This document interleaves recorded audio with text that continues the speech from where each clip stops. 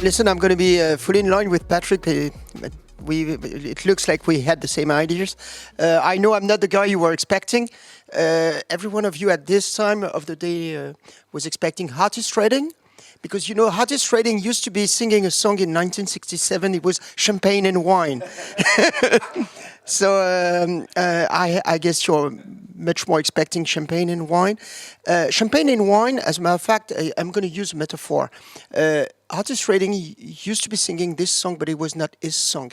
It's a song from the 30s or the 40s that he revisited. And you will see that it matters a lot, and that's why I'm going to be in line with Patrick. It matters a lot when you revisit something rather than when you reproduce something. And you see the metaphor and the parable between reproducing, training, and representing, learning. I'm thrilled to be a member of the board. I'm really glad that I was embarked in this venture with you guys. And I'm more than hopefully, I'm optimistic about the future of this program and of the L&D function. And for that, I'm going to use yet another metaphor. I think that when you get to start something like what you guys have been building for the past year, it's just like a newborn baby. Okay, you expect that the baby is going to be a kid and then a teenager and then an adult and so on.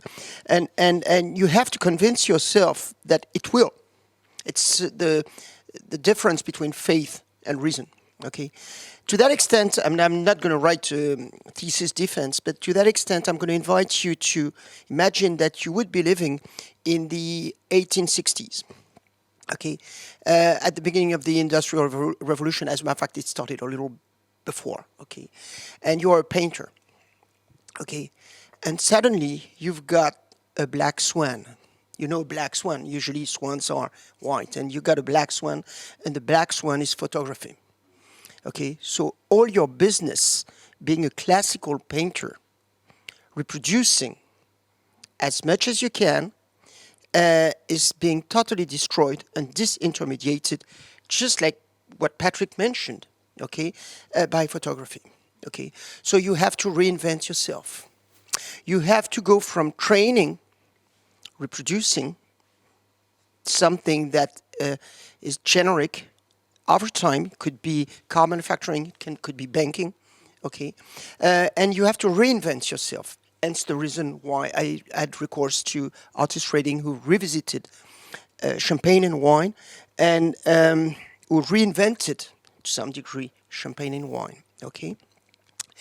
And it's not randomly the fact that the Impressionists then went after photography, because when you are an Impressionist, you have to represent and not to reproduce.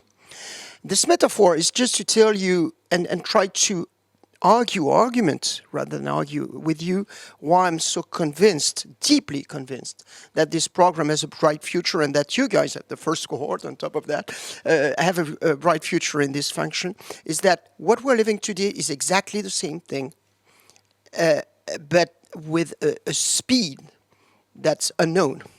Speed and complexity that's unknown. Patrick said it. I mean, now the crisis is the new normal. Okay, polymorphic crisis is the new normal. Okay, which means that I think that we, corporations as a whole, and the learning function more specifically, we have to help people, just like you rightfully said it with this lady, who felt she was someone once she could use this computer, okay? And so the reason why I'm so convinced about this program is that we are necessary. We are necessity.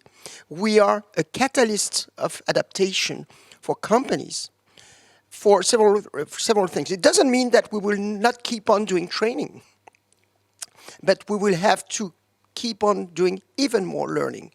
How to read the future, how to make a good judgment, how to get prepared, how to get mentally prepared. Okay, that's exactly, some of you, I think it's you, talked about humility. How to learn that we don't know, how to unframe the frames. Doesn't mean that the frames are going to disappear.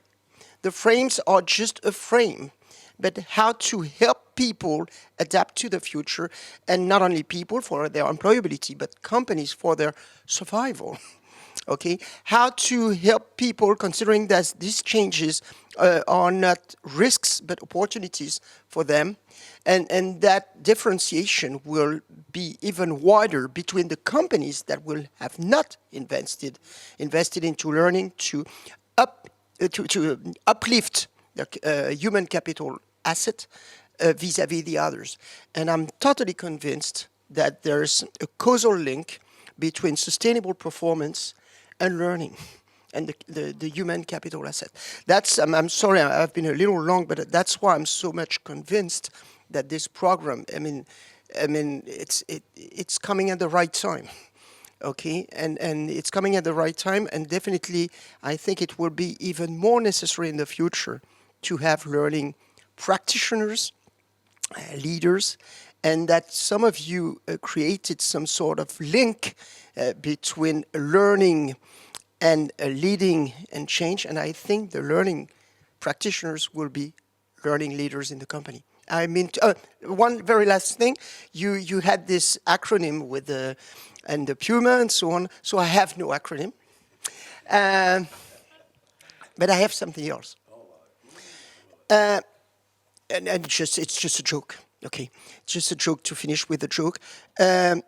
Some of you might remember it was 15 years ago during one of the previous crises, because I think we're at the beginning, unfortunately, of a new crisis. Hopefully not, but I'm fond of Barack Obama, but I'm fond of many other people, but I think it was pretty inspirational. And during his speech, the New Hampshire speech, the Yes We Can speech, okay? And I think that the Yes We Can speech is this guy who was defeated by Hillary Clinton, not by a lot, but rather than saying, listen, this is a risk, listen, this is the end, I give up. I'm not going to fight for it. I'm not going to learn to get it, okay? He had this, yes, we can. And I think we, the learning practitioners that we are, it's a community here. It's just a small community, but I mean, many other people are just like us. We have, through learning, to give them inspiration to become, yes, we can people.